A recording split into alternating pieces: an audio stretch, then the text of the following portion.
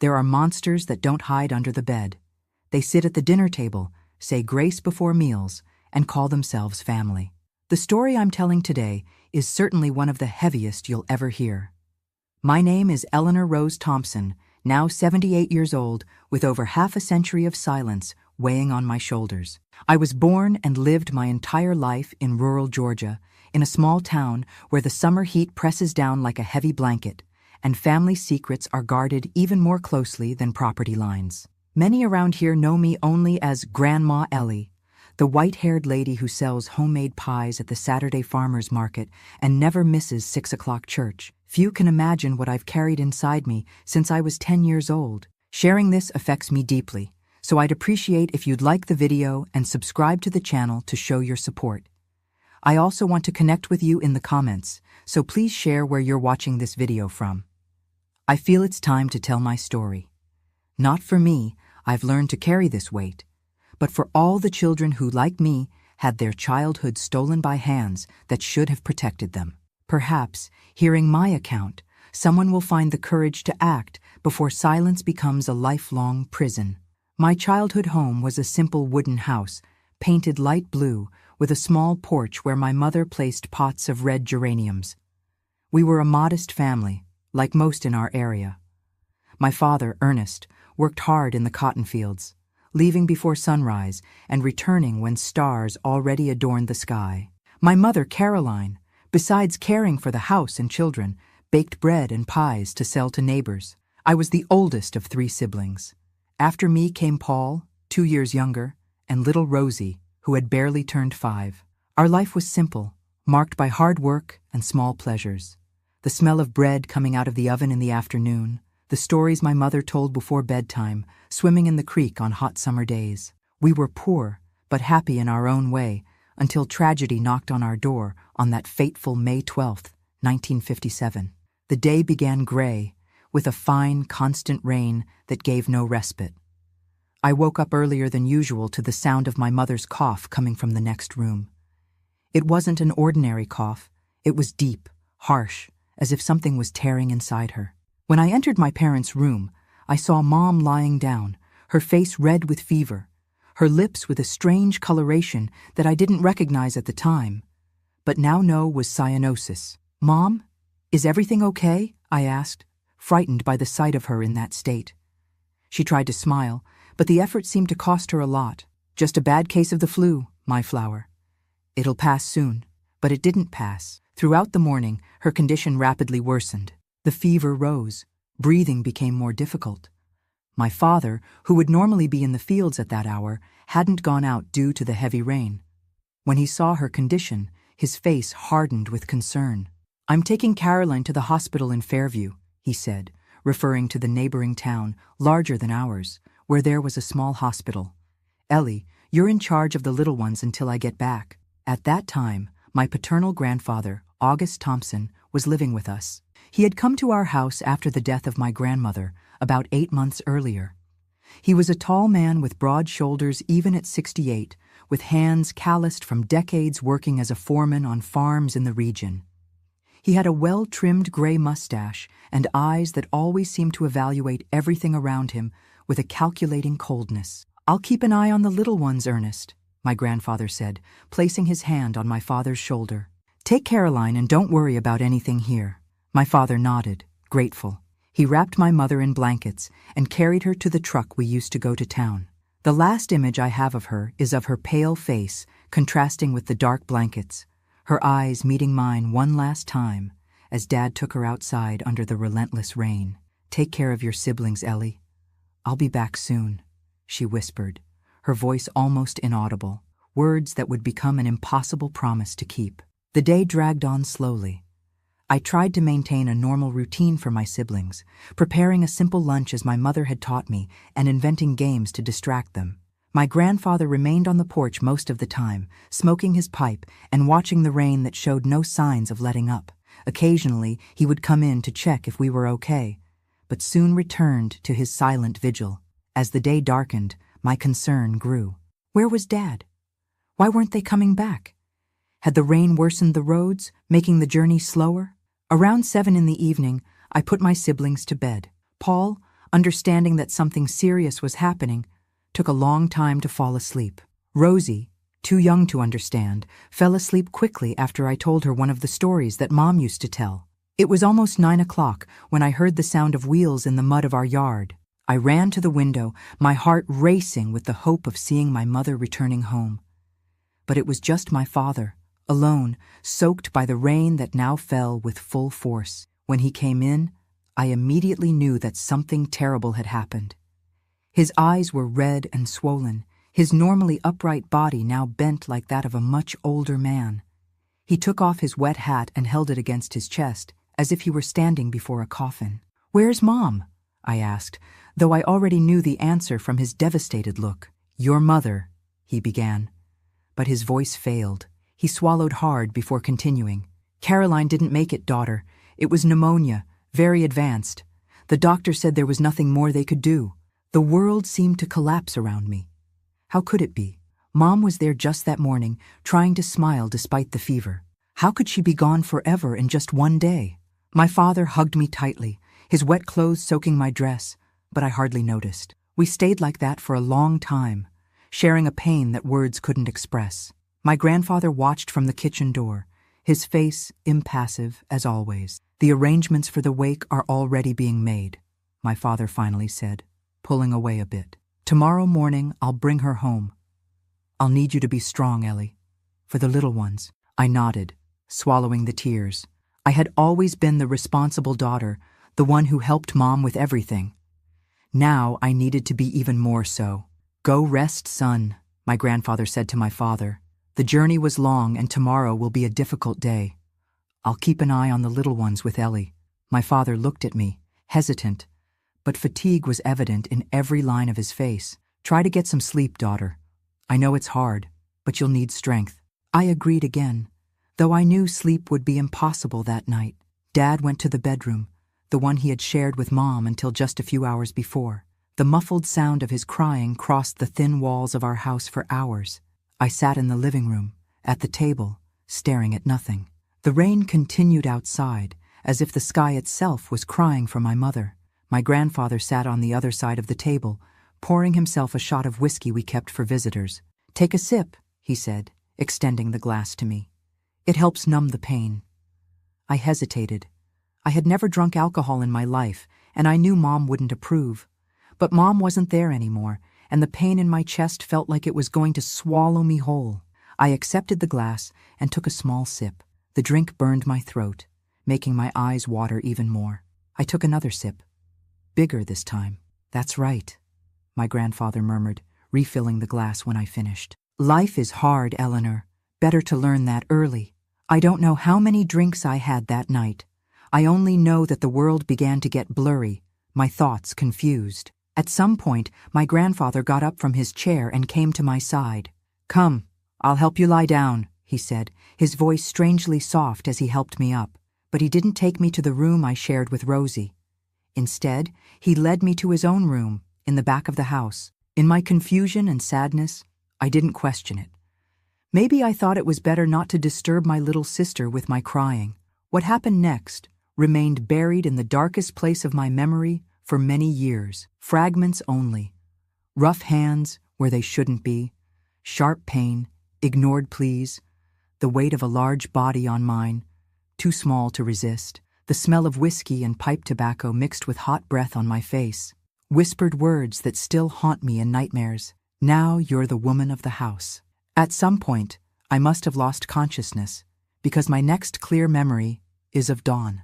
I was back in my own room, lying next to Rosie, who slept peacefully, ignorant of the new reality that surrounded us. For a moment, I thought that everything, Mom's illness, her death, what happened afterward, had just been a cruel nightmare. Then I felt the physical pain, saw the marks on my arms, noticed the bloodstain on the sheet. It hadn't been a nightmare.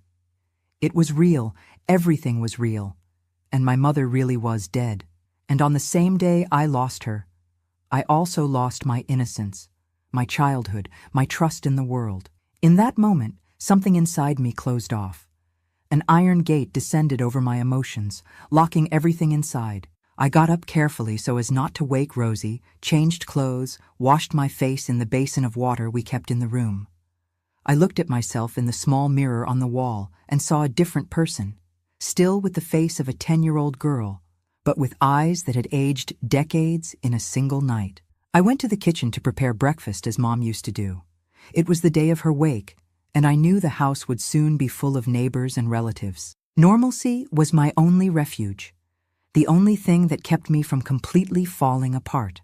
My father was already up, his eyes swollen, his face marked by a night of tears. He hugged me again, and I needed all my newly discovered strength not to break down in his embrace, not to scream the truth about what had happened. "I'm going to get your mother now," he said, his voice hoarse. "Take care of the little ones when they wake up." I nodded mechanically. Take care of the little ones. That's what I would do from that day on. Take care of the little ones and keep silent. Because who would believe me? Who would stand against the word of a respected man like my grandfather? And how could I bring more pain to my father, who had just lost the love of his life? So began my long winter of silence, the day I lost my mother and much more. The day I learned in the cruelest way that the world is not a safe place, especially for a girl. The day I learned that sometimes monsters have our own blood. And I stayed silent for so long that I almost forgot what it was like to have a voice, until something happened that changed everything. But that's a story for our next meeting. The days that followed my mother's burial passed like a dense fog over the fields in a Georgia winter. The wake was a blur of familiar faces, hugs that couldn't warm me, and words of comfort that didn't reach my ears. I only remember the simple light wood coffin, my mother's face, too serene, as if she were a wax doll, not the vibrant woman who hummed while kneading bread, and how I firmly held my siblings' hands the whole time. Paul, at 8 years old, understood enough to cry nonstop. Rosie, too young to understand the finality, repeatedly asked when Mom would wake up. Each question was like a knife twisting in my chest. In our small community, grief had its own rituals. The women took over the kitchen, filling our pantry with food that would last for weeks. Homemade breads, pies, preserves, sausages, cheeses. The men took turns helping my father in the field work, knowing he wouldn't be able to handle everything alone in the first few weeks. Solidarity was the only tangible comfort in those days. But the visits gradually decreased. Life has its own urgency, and people returned to their routines. A week after the burial, we were again just us, a father devastated by loss, 3 motherless children, and a grandfather whose eyes now followed me around the house like a predator stalking. My father, consumed by his own grief, barely noticed what was happening around him. He left before dawn and returned at dusk, falling exhausted into bed with no energy for anything else. I think work was his only escape, the only way to endure my mother's absence. Perhaps he believed that if he tired himself enough, he wouldn't dream of her at night. "You're being a good girl, Ellie," he would sometimes say, passing his hand over my hair. "Your mother would be proud." Those words should have comforted, but they caused me deep pain. If he knew what happened when he was absent, would he still look at me with that pride in his eyes? I assumed the responsibilities of the house as best I could. I woke up early to prepare breakfast, helped my siblings get dressed for the rural school that was 2 miles from home, washed clothes in the stone tank, cooked what I had learned from Mom. My small hands tried to recreate her gestures, but everything came out different. The beans never had the same taste, the bread didn't rise the same way, the clothes weren't as white. Each failure was a painful reminder of her absence. At night, when everyone was asleep, I cried silently into my pillow, muffling the sobs so as not to wake Rosie who slept beside me. I cried for Mom, for myself, for the weight of responsibilities too big for such small shoulders. But mostly, I cried for the terror that grew in my chest every time I was alone with my grandfather.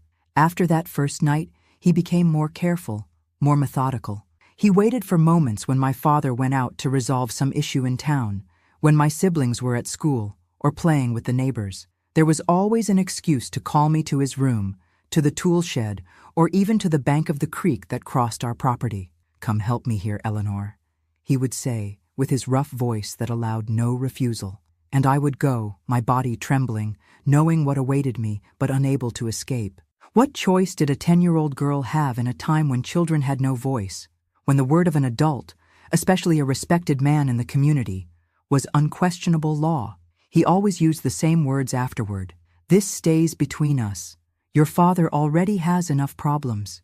You don't want to cause him more suffering, do you?" And so he silenced me, using my love for my father as a weapon against me. It was a cruel game of manipulation that I, in my innocence, had no way to combat. I truly believed that telling the truth would kill my father with grief, that it would be my fault if our family, already fragile from the loss of Mom, completely disintegrated. The months dragged on in this continuous nightmare. Winter came with full force to the south, bringing frosts that whitened the fields in the morning, and nights so cold we could see our breath inside the house. On the days when the wind was strongest, cutting through to the bone, I almost appreciated the cold that allowed me to wear several layers of clothing, creating one more barrier between me and the hands that violated me. Over time, I learned to mentally absent myself during those moments. While my body was trapped there, my mind escaped far away, to the stories Mom used to tell, to the green fields where we used to pick flowers in spring, to a distant future where I would be big enough to run away from there with my siblings. It was a form of survival, a dissociation that allowed me to endure the unbearable.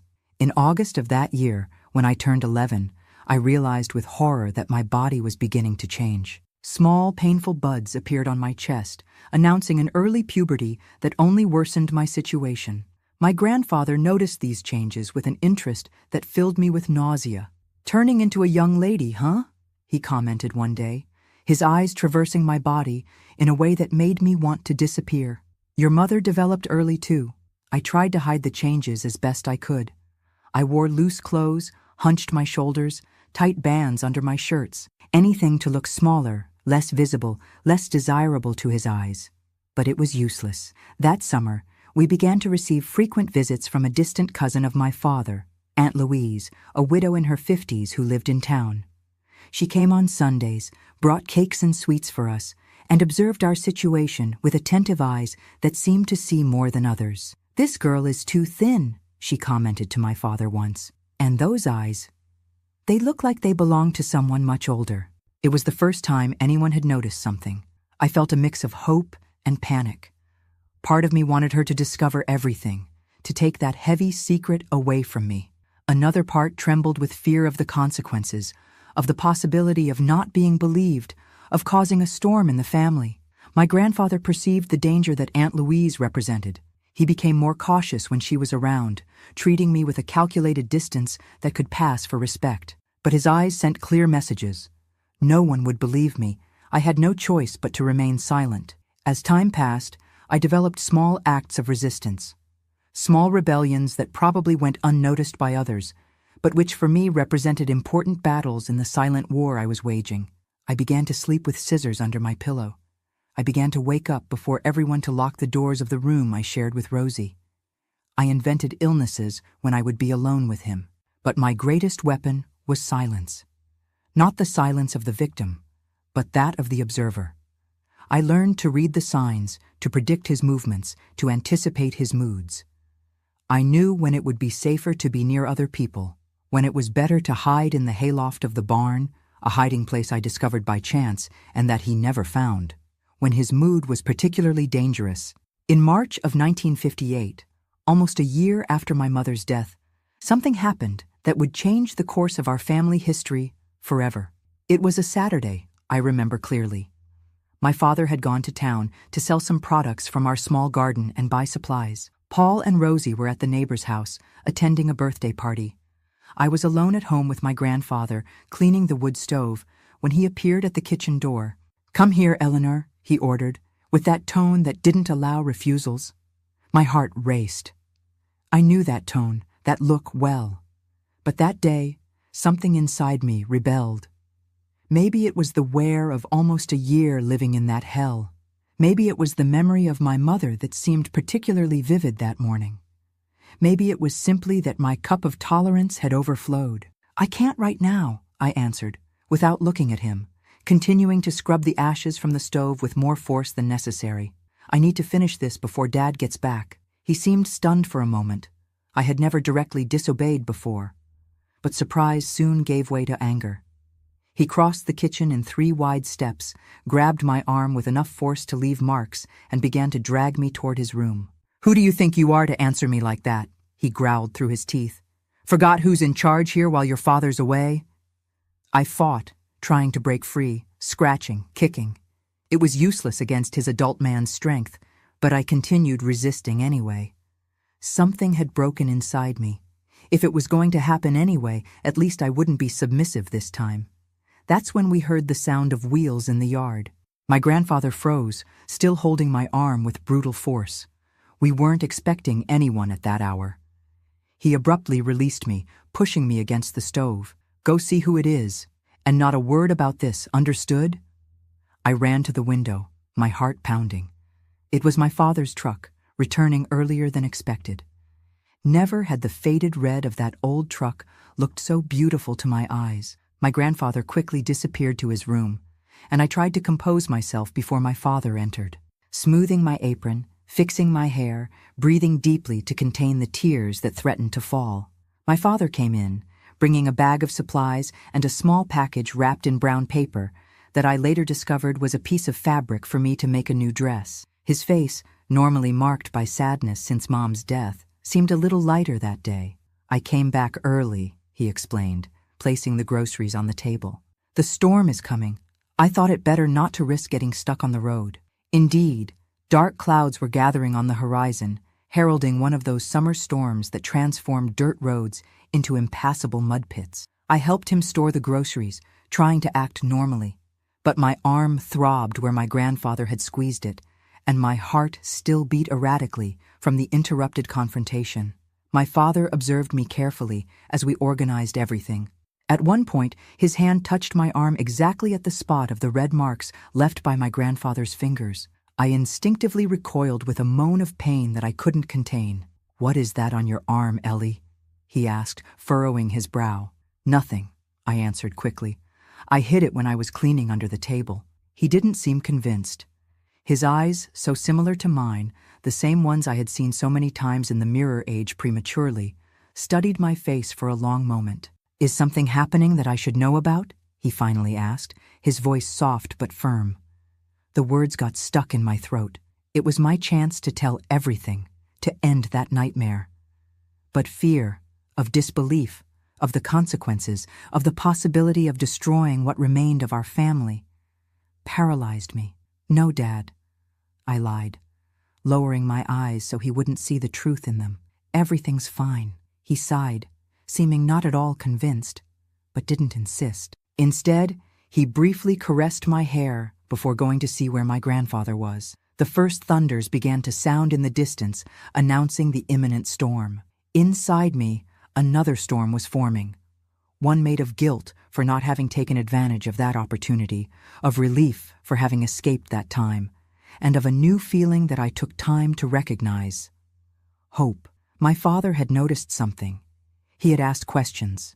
Maybe, just maybe, not all was lost. What I didn't know at that moment was that the real storm in our family was just beginning to form on the horizon, about to break with a force that would change our lives forever. The storm that was forming that March afternoon of 1958 wasn't just the one darkening the horizon. There was another, denser and more charged, forming within the walls of our house. The days that followed the incident in the kitchen were filled with an almost palpable tension. My grandfather, for the first time, seemed cautious around me, casting glances that mixed threat and apprehension. My father, in turn, observed us with renewed attention, as if he had awakened from a long trance of mourning. Something had changed in my father's behavior. He began to arrive earlier from work in the fields, to ask questions about our day, to notice small details that before went unnoticed in his fog of pain. Sometimes I caught him observing me with a questioning expression, as if trying to decipher an enigma written on my face.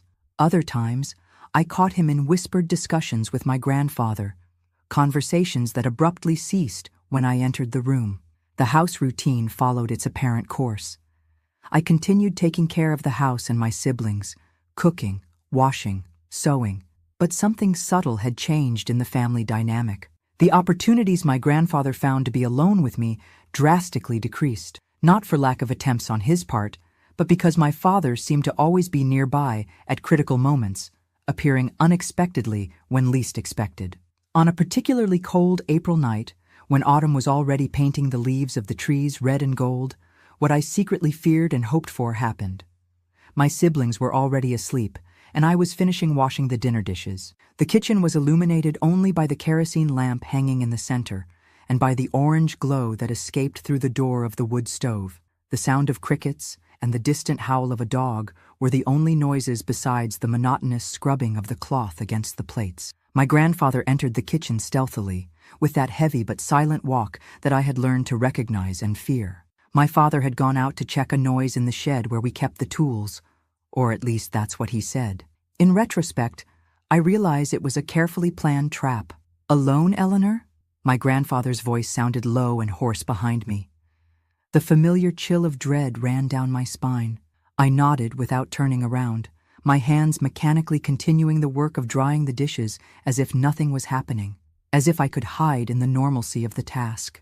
It's been a while since we've had a moment just for us, he continued, approaching. I could feel his breath, a mix of tobacco and whiskey on my neck. Your father's been very clingy lately, hasn't he?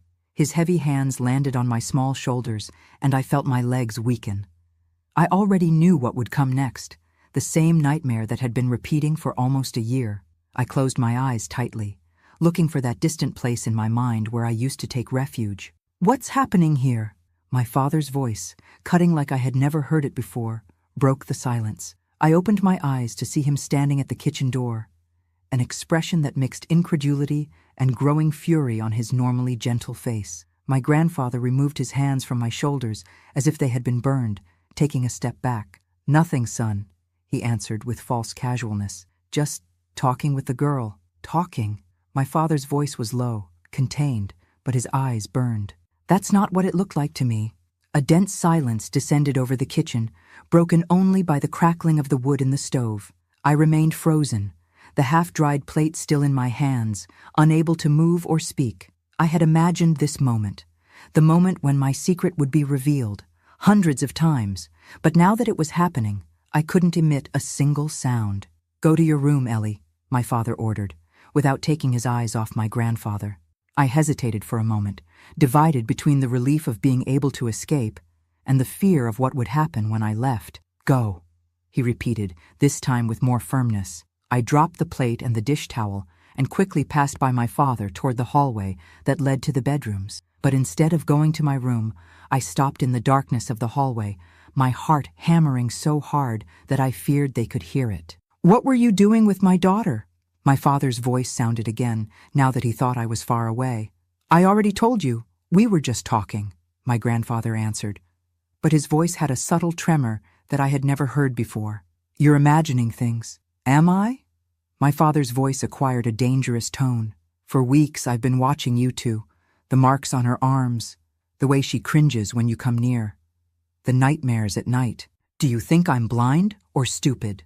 She's a clumsy girl, always hurting herself. And as for the nightmares, she lost her mother, it's normal. Don't take me for an idiot! My father's voice exploded, making me shrink in the darkness of the hallway.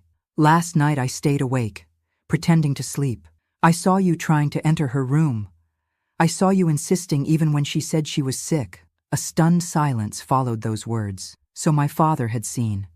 He had noticed. He wasn't as oblivious as I thought. A wave of relief washed over me, immediately followed by terror of what would come next. You don't understand. My grandfather's voice sounded different now, conciliatory. The girl confuses things. She needs a maternal figure, and since she doesn't have one, sometimes she misinterprets. Shut up, my father shouted, and I heard the sound of something breaking. A plate, perhaps, or a cup. Don't dare insinuate that my daughter is lying. I didn't do anything she didn't want. My grandfather's voice took on a more defiant tone. She's been provoking me for months, offering herself. She's a woman before her time, just like her mother. The sound that followed was like thunder inside the kitchen, the impact of fist against flesh. I heard a grunt of pain and the noise of furniture being dragged, objects falling. They were fighting.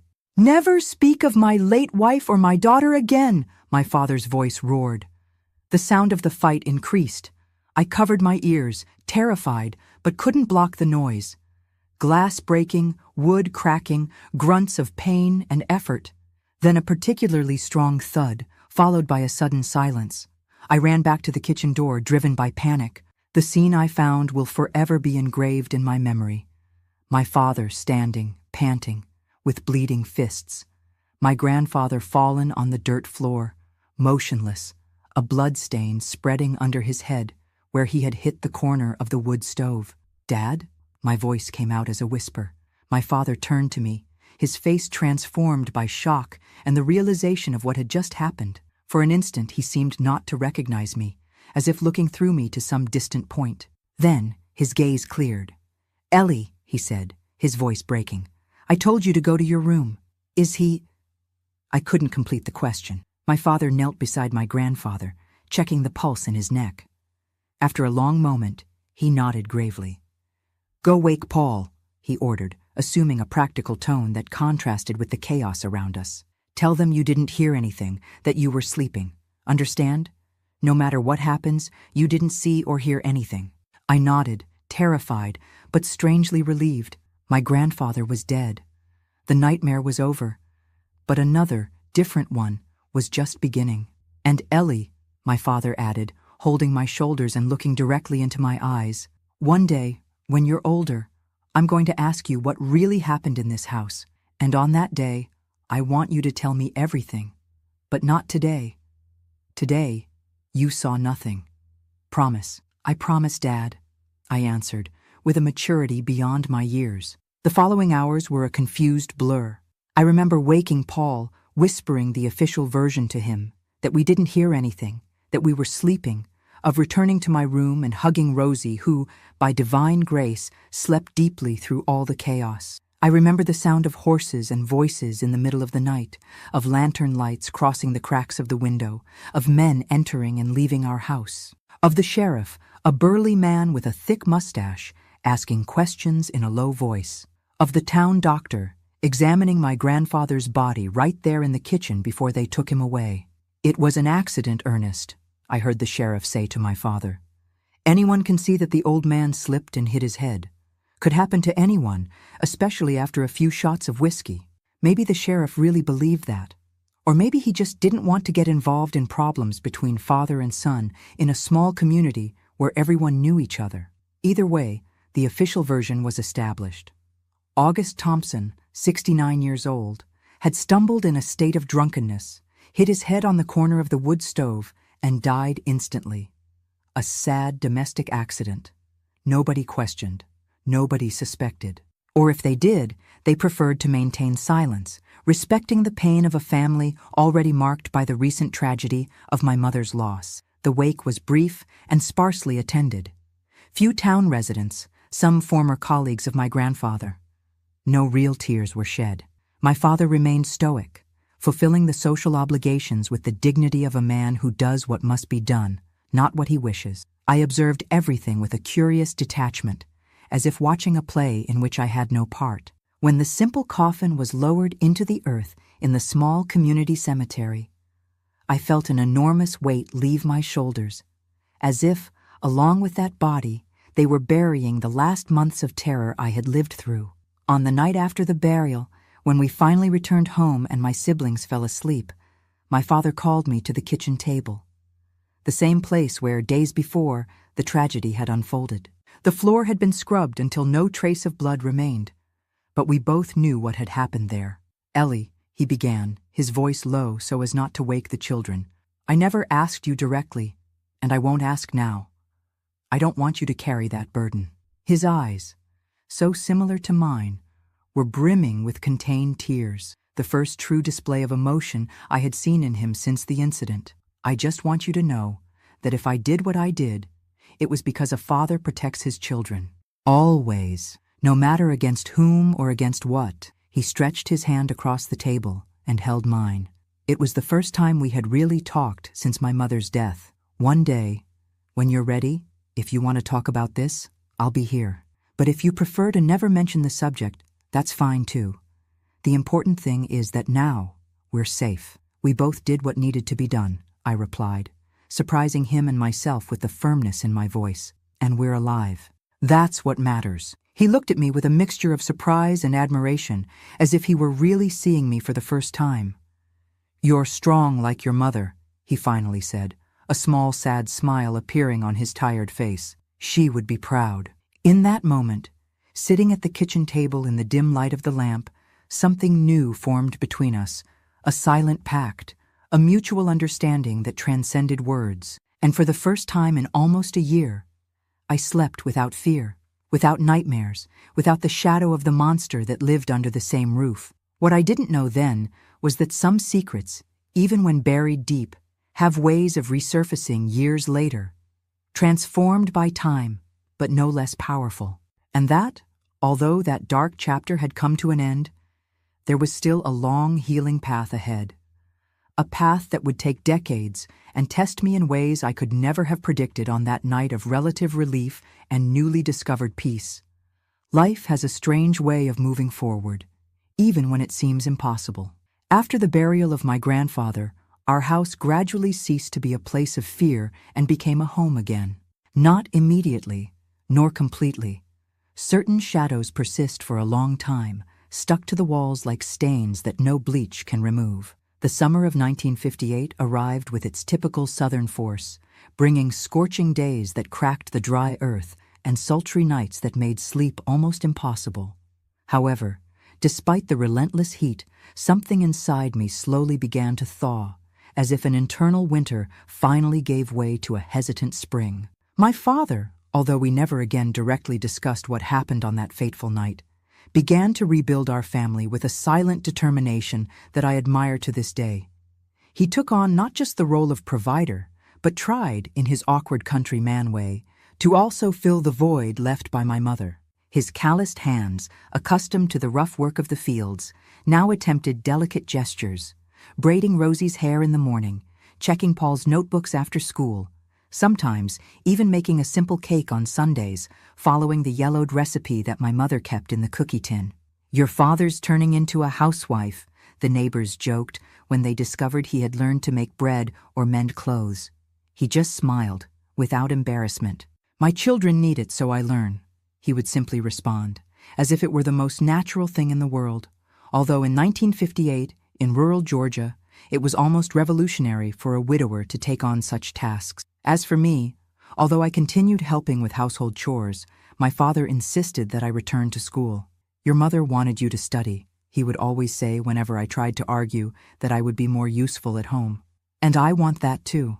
The return to the rural school, a single room where students of various ages studied together under the tutelage of Miss Martha, was both a relief and a new type of challenge. Relief to be away from home for a few hours, among people who didn't know, who would never know, what had happened between those wooden walls. Challenge because, at 11 years old, I carried experiences that irremediably separated me from the other children. "Eleanor seems to be in another world," Miss Martha would comment in meetings with my father. "She has potential, learns quickly, but always seems distant, as if part of her were somewhere else." She was right, of course. Part of me was always on guard, always vigilant. The trauma had taught me to never completely lower my guard, to always look for escape routes, to distrust easy smiles and unexplained kindnesses. At night, the nightmares continued, though less frequently. I would wake up screaming, my body covered in cold sweat, terrible images still vivid behind my eyelids. In the worst moments, it was my father who came, sat on the edge of the bed, and patiently waited until my breathing normalized. "It's all right, Ellie," he would whisper in the darkness. "It was just a bad dream. Nobody is going to hurt you. Never again." He never asked what I dreamed about. It wasn't necessary. We both knew. In early 1960, when I was 13 years old, life played another trick on us. Aunt Louise, that distant cousin of my father who sometimes visited us, was widowed from her second husband. Childless and alone in the big house in town, she proposed something that would again change the course of our lives. "Ernest," she said one Sunday after lunch while we drank sweet tea on the porch, "I've thought a lot about this. Why don't you come live with me in Fairview?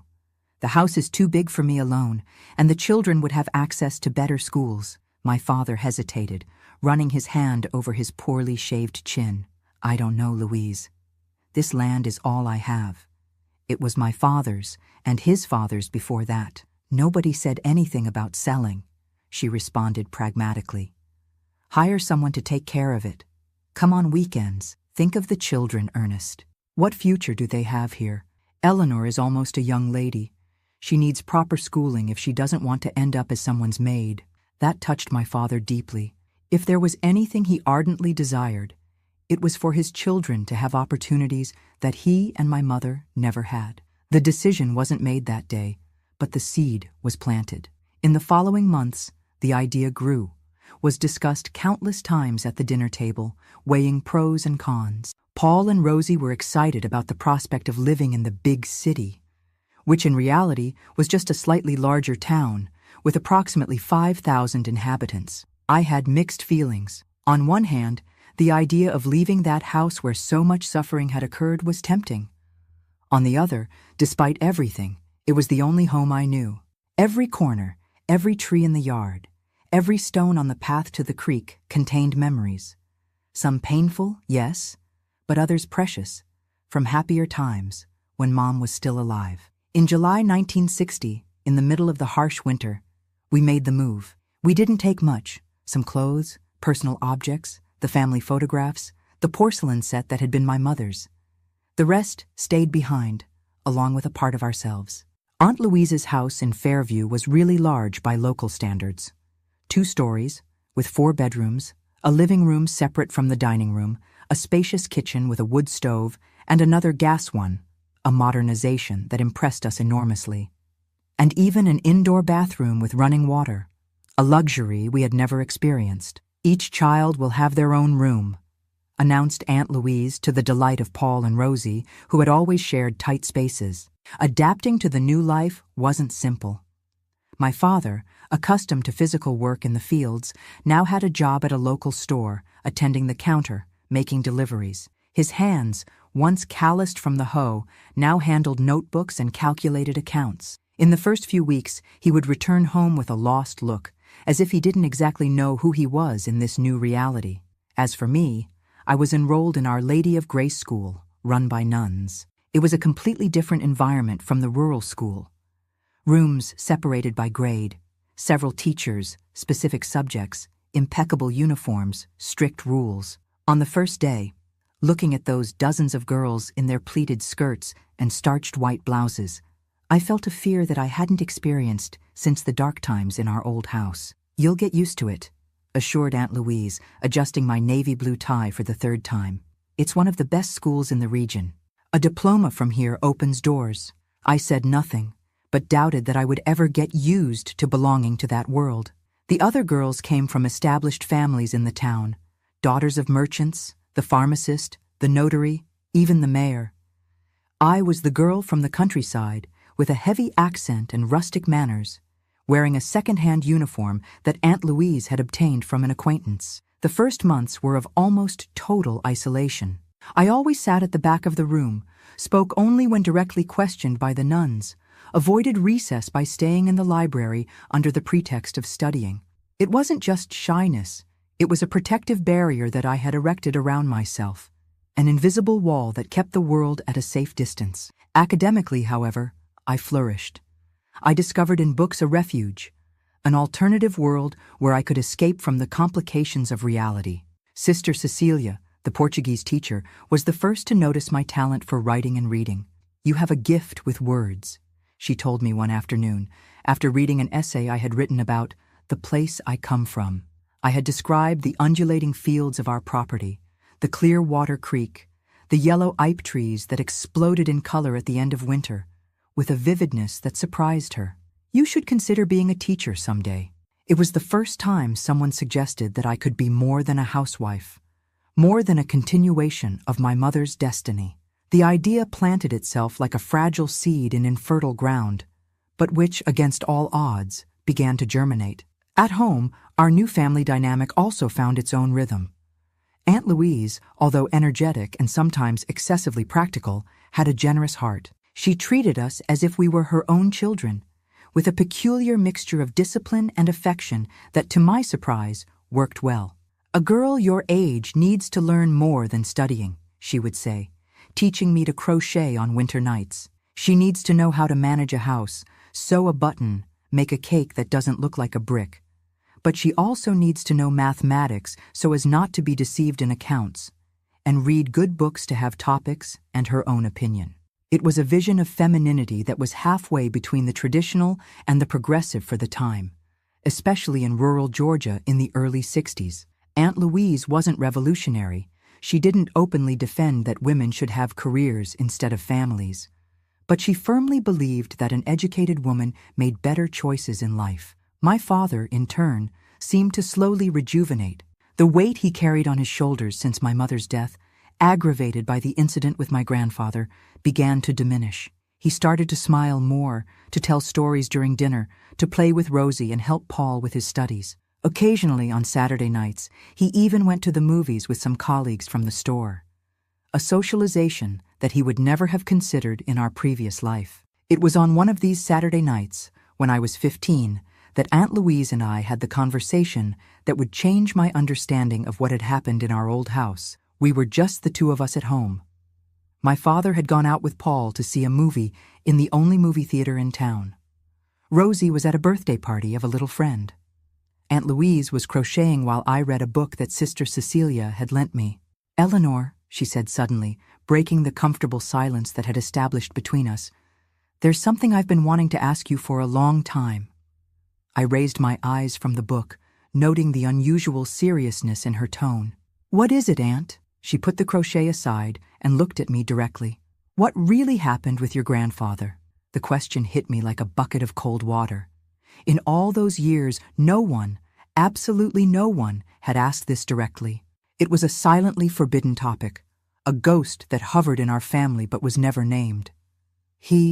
I hesitated, feeling my throat suddenly dry. He slipped and hit his head on the stove. It was an accident. Aunt Louise continued looking at me, her penetrating eyes as if they could read through my rehearsed words. "Eleanor," she finally said, her voice softer, "I'm asking because I need to know if I'm right about what I suspected for so long. I'm not judging anyone. I just want to understand." "Understand what?" I asked defensively, although I knew exactly what she was talking about. "I began to suspect when I visited you," she continued, ignoring my question. "I saw how you would cringe when he approached, how your eyes, so similar to your mother's, had lost that child's light. It wasn't just mourning, it was something more. Something that I recognized because," she paused, breathing deeply, "because I went through something similar when I was your age. That unexpected confession broke something inside me. Tears that I had contained for years began to silently stream down my face. Nobody would believe," I whispered finally. "He was respected. I was just a girl. I would have believed," she responded simply. "That's why I got so close to you all after your mother passed. I saw the signs, but I wasn't sure. I couldn't interfere without proof. And then my father discovered," I completed, the words now coming out like a torrent that could no longer be contained. "He saw Grandpa trying to, and they fought, and Grandpa fell. And I couldn't finish."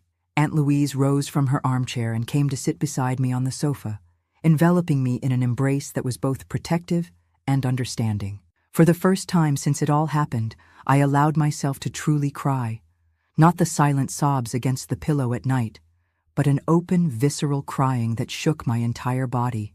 "Your father did what needed to be done," she said when I finally calmed down. "Any father who respects himself would have done the same." "How did you know?" I asked, wiping the tears with the backs of my hands. "How were you sure?" "When you live long enough, certain things become clear," she answered enigmatically. Then, with a sigh, she added, "And your father told me, right after you moved here. He needed to confide in someone and decided to trust me." I remained silent, absorbing that information.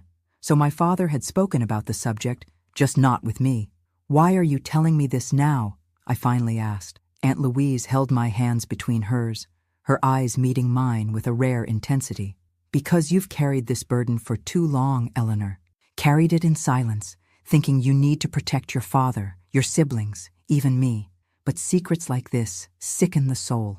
They consume the person from inside, like rust on iron. Believe me. I know.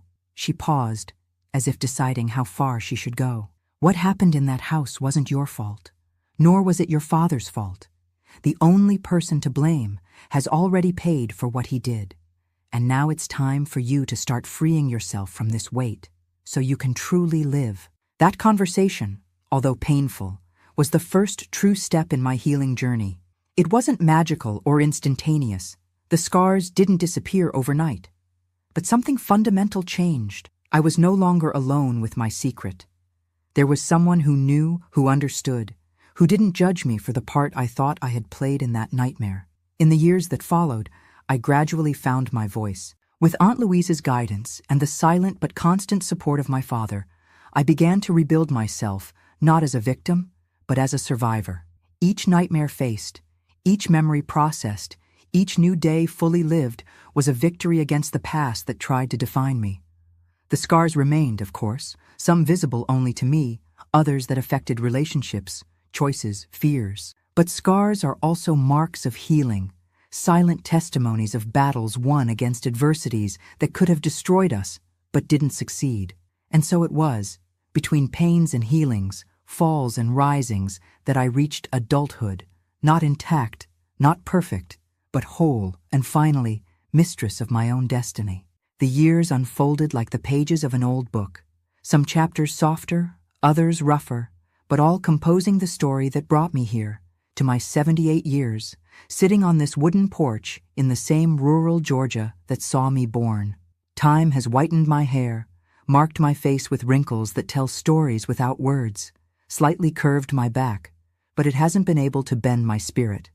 Not after all I've faced. The 1960s brought profound changes not just for me, but for the entire United States. While the country lived through its own political tumults, I was finishing my studies at the nuns' school in Fairview. Sister Cecilia, the one who first glimpsed in me a potential beyond the limitations of my origin, insisted that I take the exam for the normal school. "You have a vocation for teaching, Eleanor," she would tell me with that serene certainty that characterized her personality. "It would be a waste if you settled for less." I became an elementary school teacher in 1965 at 18 years old. My first job was at a rural school, not very different from the one where I began my own studies. The single room, the desks worn by use, the students with varying ages, everything brought me bittersweet memories of my own childhood. But now I was on the other side, in the position of one who guides, who protects. It was in that same year that my father married again to Louise, the one who had been our safe harbor in the most difficult moments. It wasn't a surprise to anyone. The two had developed a silent partnership over the years, a companionship that eventually blossomed into something deeper. Paul, then 16 years old, and Rosie, at 13, accepted the development naturally. For them, Aunt Louise had already been practically a mother for years. I remember the simple wedding in the main church of Fairview. My father, at 45 years old, seemed nervous like a teenager, constantly adjusting the borrowed suit that didn't fit well on his broad worker's shoulders. Louise, with a discreet light blue dress and a small flower arrangement in her graying hair, radiated a contained happiness, appropriate for a widow of her age. "Are you happy about this, aren't you, Ellie?"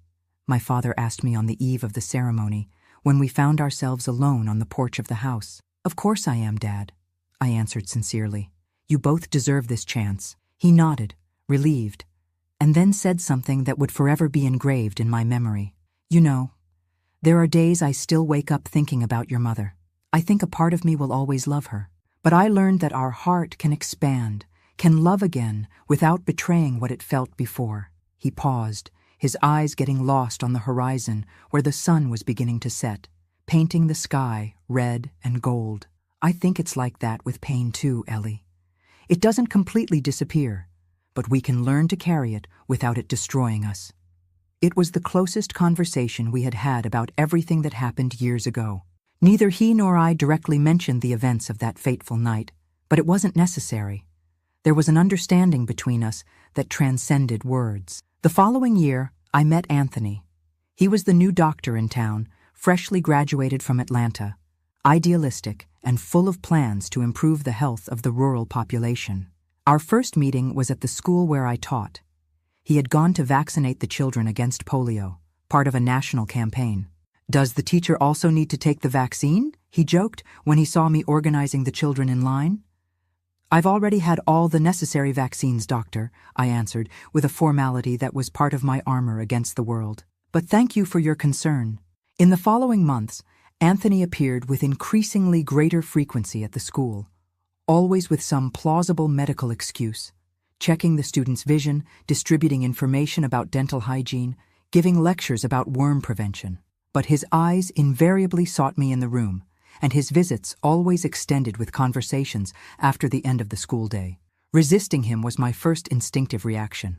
The trauma of adolescence had erected walls around my heart, making me cautious with any male approach. The few friends I made over the years frequently teased me about my prolonged singleness, without really understanding the abyss of distrust that existed within me.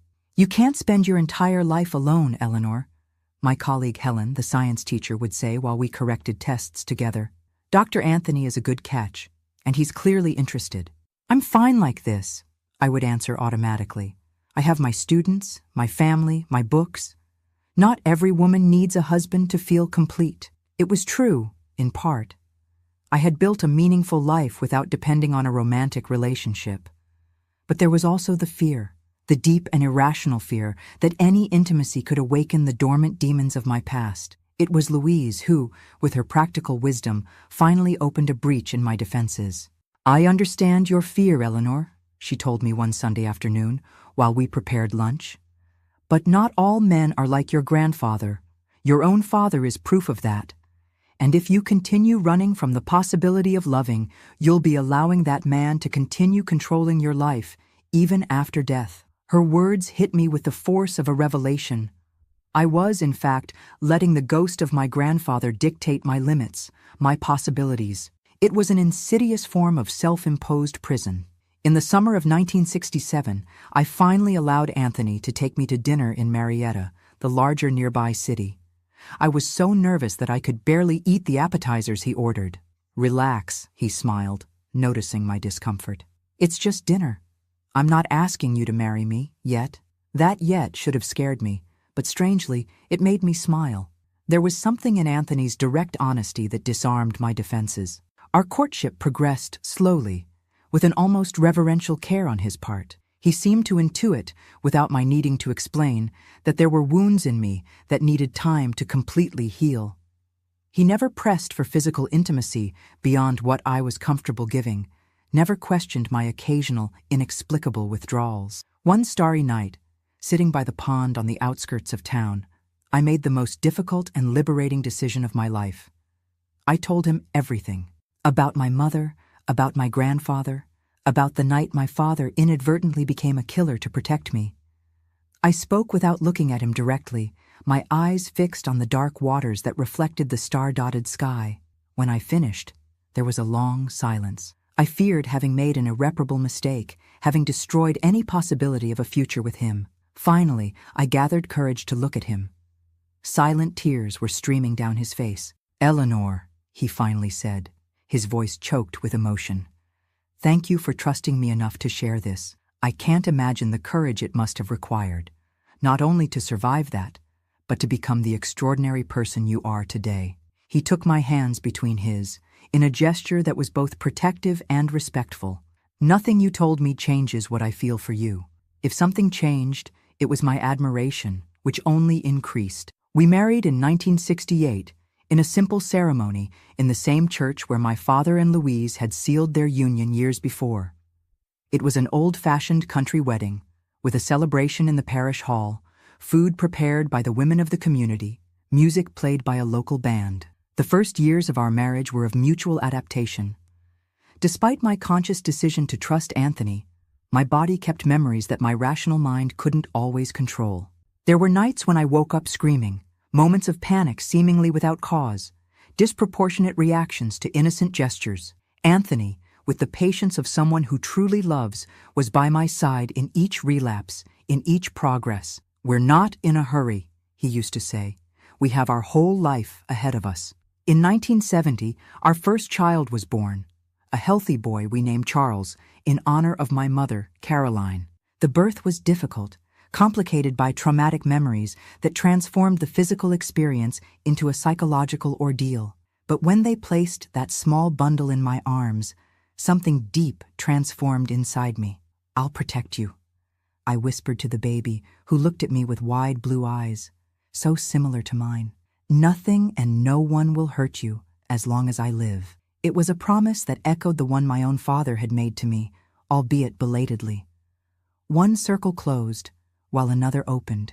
2 years later, our family was completed with the birth of Mary, a little girl with dark hair and an easy smile, who from the beginning showed the determination that would be her trademark throughout life. The 1970s passed quickly, between diapers, first steps, first words, occasional trips to Atlanta to visit Anthony's parents, sleepless nights with feverish children, everyday joys that gradually healed old wounds. I continued teaching, eventually assuming the position of principal at the same school where I began my career. In 1980, at 33 years old, I faced another significant loss. My father died of a massive heart attack while working in the small orchard he maintained in the backyard of the house in Fairview. He was found by Louise, fallen among the orange trees he cultivated with such care. He was only 60 years old. The funeral was a surreal experience. The same cemetery where, so many years before, we had buried my grandfather, now received my father. Two men as different as day and night, united only by the blood they shared, but not by values or character. As I watched the coffin descend into the earth, a storm was forming on the horizon, large black clouds rapidly advancing, bringing with them strong winds and the first heavy drops of rain. It was as if the sky itself was paying tribute to that simple man who had done what needed to be done to protect his daughter, carrying afterward the weight of that act for the rest of his life without ever complaining. "Even the weather came to say goodbye," commented Paul, my brother, now a 31-year-old man, married with 3 children. The rain completely poured down when the last handful of earth covered the coffin. We didn't run for shelter like many of those present did. We remained there, me, Paul, Rosie, Louise, Anthony, and my small children, letting the water wash our tears in an involuntary baptism that seemed appropriate for the moment. It was at that instant, soaked to the bone but strangely at peace, that I realized how much my faith had been fundamental in my journey. Not a dogmatic or ritualistic faith, but that deep confidence that, even in the most devastating storms of life, there exists a greater purpose that we don't always immediately understand. This faith didn't come from a dramatic epiphany or a sudden conversion. It was built slowly, through the small and great trials I faced. It grew on the nights when I, still a traumatized child, looked at the stars and felt a loving presence that transcended my comprehension. It strengthened when, against all odds, I found in Anthony not just a husband, but a partner who helped me rebuild the trust I thought I had lost forever. "God writes straight with crooked lines," Louise used to say. And although I didn't completely understand this statement in my youth, with time it gained deep meaning for me. How else to explain that an abused, traumatized, almost destroyed girl could not only survive, but flourish? How to justify that, despite everything? I had found love, formed a family, built a meaningful career. How to understand that the same hands that were wounded now could heal, teach, create? Throughout the years that followed, this faith sustained me through other trials. It was with me when my son Charles suffered a serious accident at 15 that almost left him paralyzed. It persisted when Mary, at 20, announced she was pregnant, and the boyfriend had disappeared upon learning of the news. It didn't abandon me even when, in 1995, Anthony was diagnosed with an aggressive cancer that would take him in less than a year. In the 6 months that I cared for him at home, watching that strong man waste away day by day, I questioned many times the reason for so much suffering. Why did someone so good have to depart so early, at 55 years old? Why, after all I had already faced, did I need to go through this trial too? I didn't find easy answers. Perhaps there aren't any. But I discovered that faith is not having all the answers. It's trusting, even when the questions remain open. On the night Anthony departed, I was alone with him in the room. My children had gone to fetch the priest, attending to their father's last request. I held his hand, already cold and weak, while he struggled for each difficult breath. "Don't be afraid," I whispered, repeating the same words that he had so many times said to me on the nights when nightmares tormented me. "I'm here with you." His eyes, clouded by morphine but still lucid, found mine. With a visible effort, he managed to articulate his last words. "You are the strongest person I've ever known." He departed serenely, as he had lived, and although the pain was almost unbearable, I also felt a strange peace, the certainty that our love didn't end there, that there was something more beyond this life that we cannot fully understand. The years that followed were of reconstruction, once again. I retired from teaching, but remained active in the community, working especially with women and children in vulnerable situations. Perhaps because I knew, better than many, how important it is to have someone who believes in you when the entire world seems to collapse. I had the joy of seeing my children grow and form their own families. Charles followed in his father's footsteps in medicine, specializing in pediatrics. Mary, after raising her daughter Sophia alone, graduated in law and today works defending victims of domestic violence and abuse, a choice that didn't surprise me, knowing her family history. My grandchildren, I have 5 of them, grew up hearing stories about the grandfather they didn't know, about great-grandmother Caroline who departed so early, about life in rural Georgia long ago. But I never told them about the darkest part of our family history. Some truths are too heavy to share with children, and perhaps it will never be necessary for them to know. Today, at 78 years old, I look back and see a winding path with ups and downs, joys and pains, achievements and losses. I see a frightened girl who became a strong woman not despite what she suffered, but partly because of it, because each trial overcome, each storm weathered, taught me something about resilience, about forgiveness, about the human capacity to begin again. If I could speak to that 10-year-old girl who lost everything in a single day, I would tell her that the road will be difficult, but that she has within her a strength she doesn't yet know. I would tell her that the scars will never completely disappear, but that they can become marks of honor, testimonies of battles won. I would tell her above all that she is not alone, that there are good people in this world, ready to extend a hand when we most need it, and that God never abandons us, even when we don't understand His ways. This is my story, a story of pain, yes, but also of redemption. A story about how faith can sustain us in the most violent storms of life. A story that perhaps can bring hope to someone who, at this exact moment, is going through their own valley of shadows, questioning if they will ever see light again. If you're going through something similar, know that you're not alone, that the wounds that seem impossible to heal today can become part of your strength tomorrow, that you are stronger than you imagine, more loved than you can perceive, and that your story isn't over yet. And if my story touched your heart in any way, I ask that you share it with others who might need to hear this message of hope. Click the like button so more people can know this story and perhaps find courage for their own battles. Subscribe to the channel to follow other true accounts of overcoming and faith that are published on this channel daily. Because in the end, that's what saves us, knowing that we are not alone in our struggles, that others have walked through similar valleys and found their way back to the light. May God be with you, today and always.